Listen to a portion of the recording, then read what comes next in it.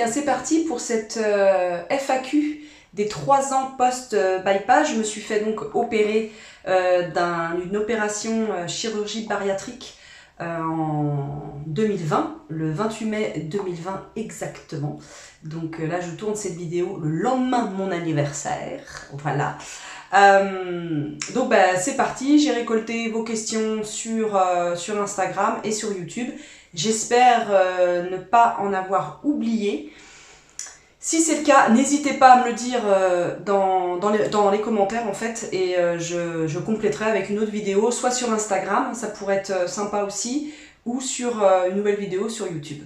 Ou si vous avez d'autres questions, n'hésitez pas. En préambule, j'aimerais mettre un cadre. Je ne suis pas professionnelle de santé, je ne suis pas infirmière, chirurgien, chirurgienne, aide-soignant, etc., etc. Donc je ne vous partage que mon expérience. Voilà. Moi, c'est ce que je fais, c'est ce que j'ai vécu. Après, chacun prend ses responsabilités en ce qui concerne sa santé. On commence par les questions de Pauline 5656, je crois. Merci Pauline, avant toute chose, de tes questions. Merci beaucoup de nourrir cette vidéo. La première question, c'est est-ce que tu fais beaucoup de dumping? Pour celles et ceux qui me suivent régulièrement ou qui sont tombés sur une de mes vidéos, oui. Alors après, ça dépend ce qu'on entend par beaucoup. Mais il est vrai que cette dernière année fut ponctuée de malaise. Alors qu'est-ce qu'un dumping? Un dumping, en fait, c'est un afflux. C'est le résultat d'un afflux trop important de nourriture à l'entrée de l'intestin grêle. Et l'intestin grêle se défend en fait de cet afflux trop abondant de nourriture. Et il va avoir des conséquences, c'est-à-dire que soit la nourriture va remonter, et donc on va avoir des séquences de vomis intempestifs qui viennent comme ça, tout juste après le repas, ou alors des séances, je sais pas si on peut appeler ça une séance, des petits moments de diarrhée, voilà. Ou des moments où on ne se sent pas bien, c'est-à-dire que l'on s'endort littéralement après le repas. Voilà en gros, voilà le schéma un peu des dumpings, en tout cas des miens, voilà.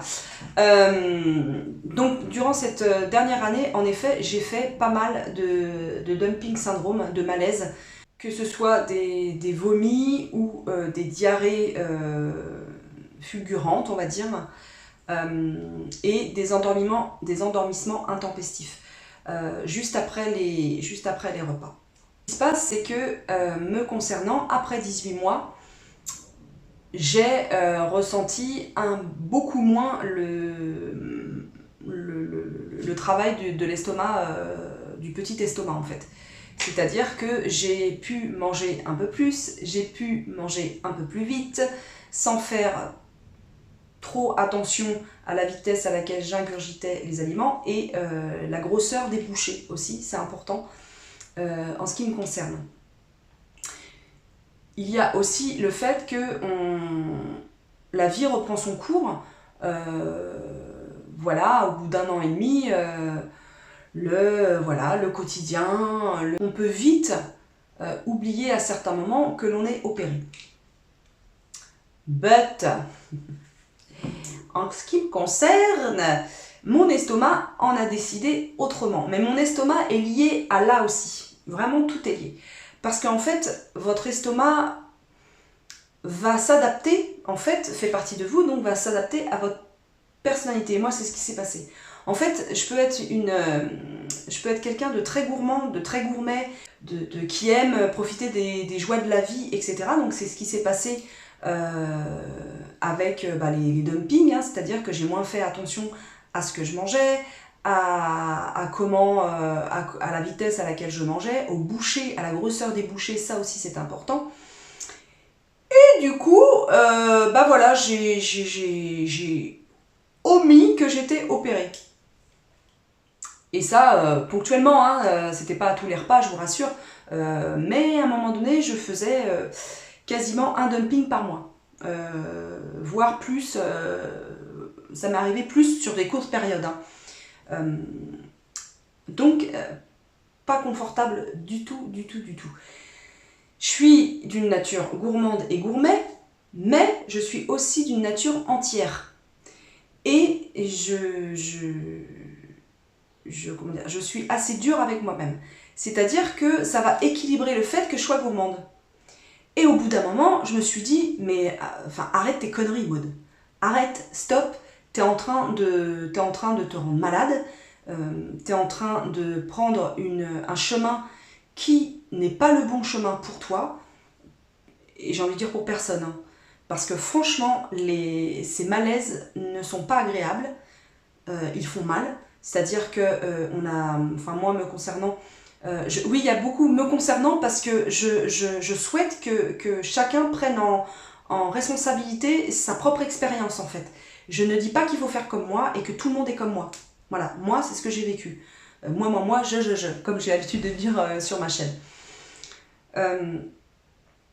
Donc les dumpings font mal ici. Moi ça me faisait très très très très mal.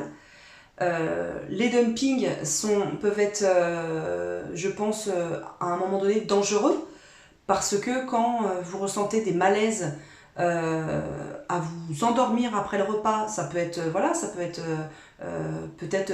ça peut enclencher des fausses routes par exemple, peut-être, je sais pas, j'en ai jamais fait, mais peut-être, j'imagine. Quand on vomit, c'est pas agréable du tout. Quand on a des diarrhées comme ça fulgurantes, et quand cela ne vous arrive pas chez vous, ça peut être très très très problématique. Notamment moi, j'ai eu 3 épisodes où je me suis dit, avec mon mari, on va appeler les pompiers. Je ne peux pas rester comme ça, j'ai peur. 3 fois, je me suis fait extrêmement peur. Mais vraiment. C'est-à-dire que j'ai eu envie de vomir, et moi je vomis très difficilement parce que je suis... je sais plus comment ça s'appelle. Hématophobe, un truc comme ça. Le vomi me dégoûte énormément et j'ai beaucoup de difficultés à vomir. Donc du coup, ça reste là.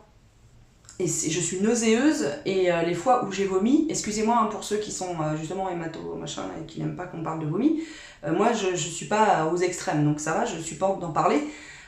Du coup, je n'ai pas vomi beaucoup, j'ai vomi de la bile. Et lors justement de ces trois épisodes, diarrhée et constipation à la fois. C'est-à-dire que tous mes intestins étaient Keblo de chez Keblo.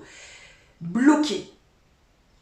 C'est-à-dire que j'ai passé des demi-heures aux toilettes, ne sachant pas ce qui allait arriver, ne sachant pas si c'était bloqué et si il fallait que j'appelle les pompiers pour débloquer tout simplement mes intestins, mon côlon. Et je peux vous dire qu'on se sent terriblement seul et les douleurs sont vraiment fortes, très très fortes. Dans ces périodes-là, courtes, mais intenses, mon mari, notamment, ça m'est arrivé au Mexique, je vous ai déjà raconté, a dit on va appeler le médecin de l'hôtel, on va aller, je sais pas il était mais vraiment dérouté. Cet épisode a été très très long, il a duré quasiment 1h30. Du début de la crise à la fin de la crise, au moment où je me suis à demi allongée et où je n'avais plus de douleur, la douleur s'est estompée et où j'ai pu m'endormir à demi assise. Voilà, le deuxième épisode où ça s'est produit il y a environ 2 mois. Ça arrive très souvent avec des pâtes, donc maintenant je n'en mange plus. Que les pâtes sont devenues très problématiques pour moi. Parfois je vais en manger, tout va très bien se passer, mais tout va très bien se passer parce que je prends mon temps pour les manger. Je fais attention à la mastication, je ne mets pas beaucoup de gras avec genre gruyère, pesto, etc. Et la quantité est raisonnable et les bouchées sont raisonnables. Ça fait beaucoup de conditions, je trouve, pour déguster des pâtes. Enfin, moi, ça me saoule. Ça me saoule. Pour moi, la nourriture doit rester dans l'ensemble en général un plaisir. Et là, le plaisir n'y est pas. Troisième, je ne sais plus avec quoi c'était. Ah si. La raclette. Je ne mange plus de raclette. C'est fini aussi. J'ai été 2 fois malade avec de la raclette. C'est trop lourd pour moi. C'est trop lourd pour mon estomac. Il n'accepte pas le fromage fondu comme ça. Notamment la raclette, parce que j'ai essayé d'autres fromages fondus. J'ai mangé des tartiflettes par exemple. La tartiflette, ça fonctionne. Attention, j'en mange très très peu et je prends énormément de temps pour la manger. Et j'ai remarqué aussi, les fois où j'ai mangé des fromages fondus en buvant un verre de vin blanc, ça joue aussi. Donc, ah oui, on apprend. J'ai beaucoup appris de ces dumpings et de mes limites et des limites de mon estomac. Mais il faut aller un petit peu taquiner les limites pour se connaître mieux, pour bien connaître son estomac. Je dis pas de faire des dumpings tous les 4 matins. Hein. Attention, c'est pas ça mon propos, parce que c'est vraiment pas agréable. Donc ça y est, là j'ai compris. J'ai mis du temps, la gourmandise a été beaucoup présente. Ok, t'es gourmande, mais attention à toi. Fais attention à ton corps. Donc, plus de pâtes me concernant. Plus de raclette. Et attention à l'ajout de gras plus sucre. Le vin, c'est sucré. Ces 2 trucs-là, ensemble, gras plus sucre. Et en plus, si les quantités sont trop importantes et si vous mangez trop vite, alors là, ça fait un combo. Je peux vous assurer que, en tout cas, me concernant, bonjour les dégâts et les frayeurs. Voilà, donc j'ai appris de mes erreurs. Je fais très attention maintenant. Et c'est ce que j'ai appris durant cette dernière année en fait. Ça a été cet apprentissage-là du quotidien, de l'alimentation au quotidien, de comment ne pas me faire du mal avec l'alimentation au quotidien. Voilà, c'est ce que j'ai appris avec ces dumpings. J'ajouterais que il y a eu une autre problématique et je vous en ai parlé dans je ne sais plus quelle vidéo, un vlog ou je sais plus où je vous en ai parlé. Il y a plusieurs choses qui se mélangent, c'est-à-dire que il y a ces dumpings et il y a les moments où je fais de l'hypoglycémie. C'est-à-dire que j'ai appris aussi qu'il fallait que je mange très régulièrement. Donc, maintenir les collations dans la matinée et dans l'après-midi. Une collation équilibrée, c'est-à-dire un yaourt et un fruit, ou juste un yaourt, ou juste un fruit si j'ai pas trop faim. En tout cas, il ne faut pas que je reste sans manger plus de 3 heures. Le risque, c'est que je tombe en hypoglycémie. Alors attention, je ne fais pas des hypoglycémies très importantes non plus.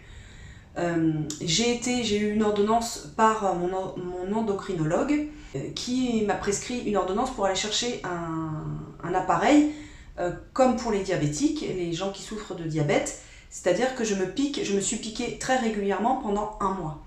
Avant les repas, après les repas et à jeûne. À jeûne le matin. Il s'est arrivé que quelques fois, pas tout le temps, mais quelques fois où je me suis sentie mal, c'est-à-dire bouffée de chaleur, étourdissement, confusion mentale, pleurs, tous ces symptômes-là, il s'est avéré que, attention, c'est mon interprétation à moi, je n'ai pas encore fait le bilan à mon endocrinologue, il faut que je lui fasse un mail en notant tous les symptômes et en notant les chiffres de la glycémie, en notant, en disant ma glycémie, en transmettant mes glycémies à l'endocrinologue. Donc c'est mon interprétation. J'ai eu tous ces symptômes quand ma glycémie était en dessous de 70. J'ai vérifié et en effet, en dessous de 70, on est en hypoglycémie. Ça, c'est des données que j'ai trouvées sur le net. Après, voilà, c'est à prendre avec parcimonie. Je les prends aussi avec parcimonie. Mais je fais maintenant attention à ça. Il faut que j'y fasse encore plus attention. Par exemple, quand on part en week-end avec mon amoureux ou quand je pars à la journée, c'est-à-dire que je dois avoir toujours sur moi soit une barre de céréales, soit une pomme pote par exemple, soit des choses voilà, à amener qui sont un petit peu sucrées et qui vont me permettre de me sustenter très très rapidement. Et ne pas aller au-delà d'une certaine aller au-delà de ces symptômes, de les laisser trop m'envahir, parce qu'après je suis extrêmement fatiguée, ça me prend une énergie folle et j'ai beaucoup de mal à me remettre dans le rythme de ma journée, etc., etc. Donc il y a ça, il y a cette hypoglycémie qui est présente, et il y a aussi les symptômes de la préménopause qui me font aussi coucou. Je suis très contente. Et ils me font coucou assez régulièrement depuis, on va dire, 6 mois. Et là, depuis 3 mois notamment, où ils me font beaucoup de coucou. Ils se ramènent de façon intempestive et beaucoup de fois, et ça m'énerve. C'est-à-dire que ça va être des fortes bouffées de chaleur. Je suis presque à me déshabiller en pleine rue tellement que j'ai l'impression de prendre feu. J'ai des sueurs froides. J'ai le dos tout trempé, je fais des rêves, des cauchemars, mais que je n'ai jamais fait de toute ma life. Pendant la nuit, je vais me dévêtir, je vais enlever de la couette, je vais avoir très très soif. Et pendant la journée, voilà, ça va être bouffée de chaleur, ça va être confusion, ça va être une émotion très très comme ça fulgurante, envie de pleurer ou envie de mordre les gens, une agressivité très très très forte. Voilà, bienvenue dans le monde de la préménopause.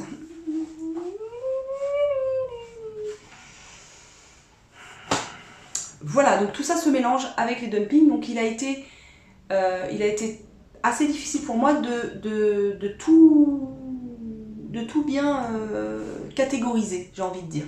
Voilà, ça a été mon travail durant cette dernière année. Pauline me pose la question, est-ce que tu ressens plus de fatigue après cette opération? Le premier mois après l'opération, très clairement, j'ai été très fatiguée, très en dedans. Le moral, j'avais un moral du tonnerre. Moi, ça m'a vraiment reboosté cette opération et le fait de perdre du poids très très rapidement. Ça a joué vraiment sur mon moral et ça a joué sur ma forme physique, c'est-à-dire que j'ai été très fatiguée pendant un mois et demi. Après, c'est remonté tout doucement, etc., etc. Je vous parlerai de je vais pas vous parler à chaque fois il y a tout juste après l'opération. Si vous voulez des renseignements sur l'après-opération, j'ai fait des bilans post-opératoires très très régulièrement, donc je vous invite à aller checker la playlist Bypass en fait, qui raconte mon post-opératoire chirurgie bariatrique. Là, je vais vous parler de la dernière année qui s'est écoulée. J'ai été très fatiguée et je reste très fatigable et très fatigante selon certaines sources proches, amoureuses. Oui, je suis assez fatiguée depuis en cette dernière année, là je suis... c'est-à-dire que j'ai arrêté la salle de sport qui me fatiguait énormément. J'ai mon travail aussi qui me prenait énormément de temps en 2022. J'ai plein de choses qui se sont passées dans mon quotidien, tant personnellement que professionnellement, et ça m'a énormément joué sur le moral et donc sur ma fatigue aussi physique. Ce n'est pas du co-bypass, c'est un ensemble en fait de choses de ma life tout simplement. Concernant le bypass, justement, le fait que j'analyse de comment mon estomac fonctionnait et de comment il faut que je fasse attention à lui et à ma fatigue. C'est-à-dire que, mais ça je vous l'ai déjà dit dans d'autres vidéos, il faut prendre soin de soi, c'est-à-dire que quand on est un petit peu fatigué, il faut savoir se reposer. Ne pas mettre les choses sous le tapis et se dire non mais tout va bien, je fonce, je ne fais pas attention à moi, peu importe. Nous ne sommes pas des sportifs de haut niveau, nous ne sommes pas des compétiteurs ou des compétitrices, enfin moi je n'en suis pas une. Et de se dire tout va bien dans le meilleur des mondes et je fonce et je fais pas attention à moi.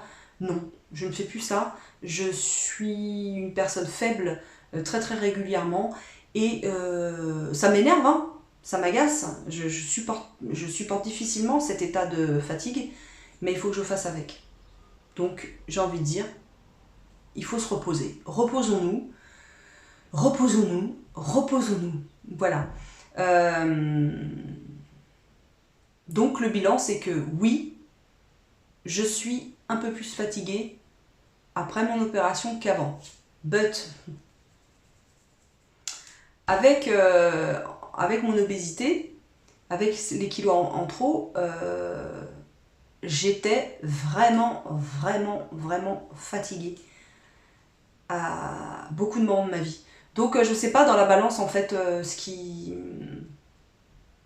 je suis plus fatiguée maintenant qu'avant. Je crois qu'avant j'avais beaucoup de fatigue et j'avais beaucoup de comorbidité due à mon obésité en fait.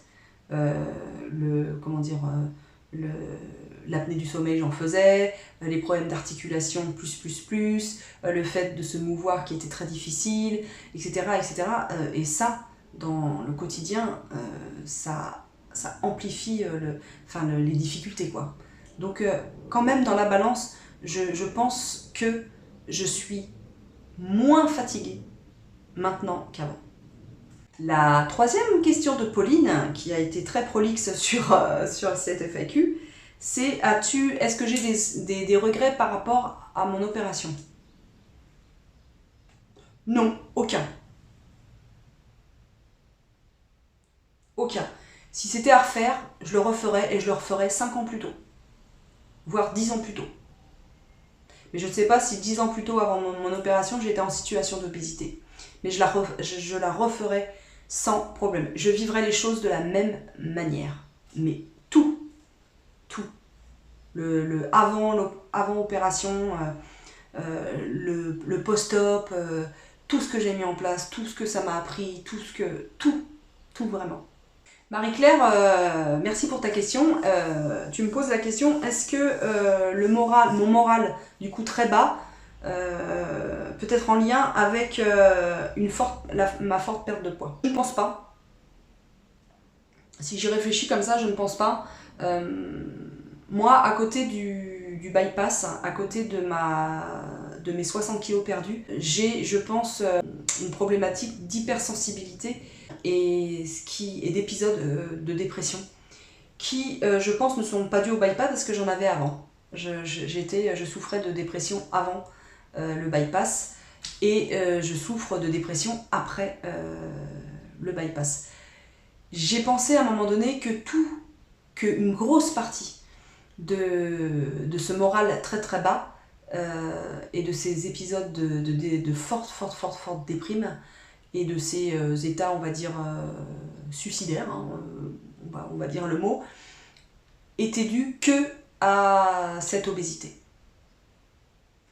Un temps, je l'ai pensé. Je m'aperçois que 3 ans après m'être fait opérer, cet état dépressif cogne à ma porte assez régulièrement pour me pourrir la vie.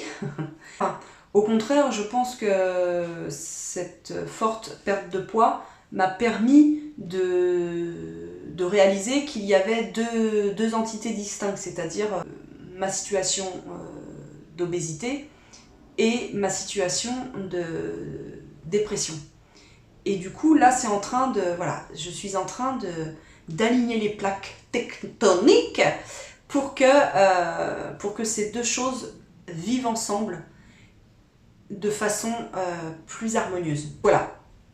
Je pense que je n'oublie rien. Cette perte de poids m'a permis, au contraire, est très positive, m'a permis d'enclencher plein de joyeuseté dans ma vie. Et ça rejoint la question, as-tu des regrets? Non, je n'ai aucun regret parce que dans l'ensemble, ma perte de poids est très, très, très positive. Vraiment. J'ajouterais que je suis en train depuis, on va dire, 6 mois, d'essayer d'avoir moins d'épisodes de dépression et de la comprendre et de vivre avec. Voilà, c'est vraiment le second volet le second volet ouais, de l'après-opération en fait. Il y a Ginny qui me pose la question, merci Ginny de ta question, qui me pose la question si j'ai des complications 3 ans après le bypass. Eh bien j'en ai parlé, hein, les complications c'est vraiment les malaises, les dumpings. Hein. Voilà, donc il faut rééquilibrer tout ça et faire que et vivre avec ce petit estomac de façon joyeuse et de façon zen. Et moi je veux vraiment y arriver, mais je pense comme de nombreuses personnes, j'ai besoin de tester les choses, j'ai besoin de vivre les choses, de les ressentir pour mettre en place des fonctionnements qui sont empathiques envers moi et qui sont de nature à ne pas me faire du mal, tout simplement, et de maintenir cette perte de poids et d'être stable avec ce corps. C'est le pilier central de ma vie. Maintenant, c'est de maintenir mon poids, ce poids de forme, ce poids avec lequel je suis bien, équilibré, dans ma tête et dans mon corps et dans mon cœur. Voilà. Zina, je te fais des bisous et je te remercie de ta question, qui me pose la question, est-ce que tu manges plus en quantité? Bah oui. Ah oui, oui, très clairement, là, la dernière année, oui, mais les quantités ont un peu augmenté. Je mange toujours dans une petite assiette. Je vous mettrai des exemples d'assiettes pour ceux et celles qui ne me suivent pas sur Instagram. Mais je vous invite à me suivre sur Instagram parce que je poste très régulièrement des assiettes. Ça peut voilà, ça peut donner des idées. Et puis j'aime bien, c'est coloré, ça fait un feed vraiment agréable. J'aime beaucoup mon compte Instagram. Donc oui, alors je mange, voilà, mes assiettes ont augmenté, je mange plus en quantité. Je n'ai jamais pesé, mais je dirais que je mange environ entre 100 et 150 grammes de protéines par repas. Je mange environ 3 cuillères à soupe, de 2 à 3 cuillères à soupe de féculents par repas. Et puis de légumes, pareil, 2 à 3 cuillères à soupe de légumes par repas. Voilà en gros hein, mes portions. Des fois c'est moins, quand il y a la fatigue qui est là, quand j'ai pas envie de manger, ça m'arrive, je m'écoute et j'évite de trop manger. Surtout il faut s'écouter, enfin moi je m'écoute. J'écoute mon estomac, c'est vraiment mon baromètre et j'essaye de m'y connecter la majorité du temps. Et j'ajouterais que j'avais un petit peu oublié que moi j'étais une mère apéro. J'adore les apéritifs. Et j'adore dire le mot apéritif. Ne me demandez pas pourquoi, c'est mon côté folle dingue qui ressort de temps en temps. Donc, eh bien, quand on prend l'apéritif, on grignote des petites choses. Avec du tartinade, ça va être un petit peu de chip.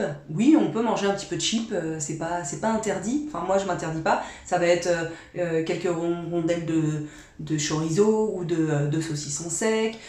Ça peut être voilà, des tomates cerises.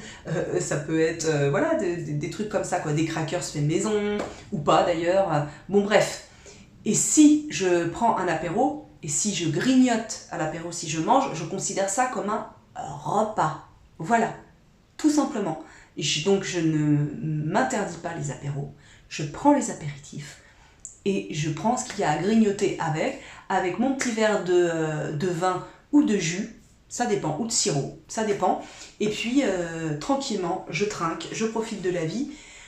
En revanche, après, il y a le repas, donc les gens, si on est invité quelque part ou si on invite, les gens vont manger la suite du repas, et moi, je vais soit manger que des légumes, voilà, et tout doucement, je vais manger que des légumes, ou alors légumes protéines, mais en très petite quantité, voilà, en très petite quantité, et je vais faire style, voilà, je mange doucement, et que les autres ne se posent pas la question, mais mange rien celle-ci, machin, parce que, en plus, quand tu discutes avec les gens dans les repas, moi j'ai tendance, je trouve, à avaler de l'air, beaucoup d'air, et ça me vite fait, je suis comme ça là. Et c'est pas agréable, c'est pas confortable. Tu te sens lourd, tu t'endors à moitié, enfin t'es vaseuse, j'aime pas. Donc je préfère voilà grignoter à l'apéro, trinquer avec mon petit verre, et puis après je mange ma petite protéine, vraiment quelques bouchées, et puis les légumes, et ça me va très très bien. Je ne prends jamais de dessert. Jamais. Les fois où alors, but, les fois où je l'ai pris, j'étais pas bien du tout avec le sucre, juste après le repas. Donc non, je ne prends jamais de dessert. Ce n'est pas agréable pour moi, je le vis pas bien, ça me brûle au niveau de la gorge, j'aime pas, donc je prends pas. Voilà. Qu'est-ce que j'ai à dire sur les repas? Donc je vous disais, hein, je prends toujours les collations, et la collation, ça peut être même à 10h30, hein. Ça peut être une tranche voilà, de jambon avec un morceau de pain, ça peut être un morceau de fromage avec un morceau de pain, ça peut être un yaourt, ça peut être un fromage blanc, ça peut être un fruit, voilà. Merci Zina pour ta question, j'espère que toi tu vas bien.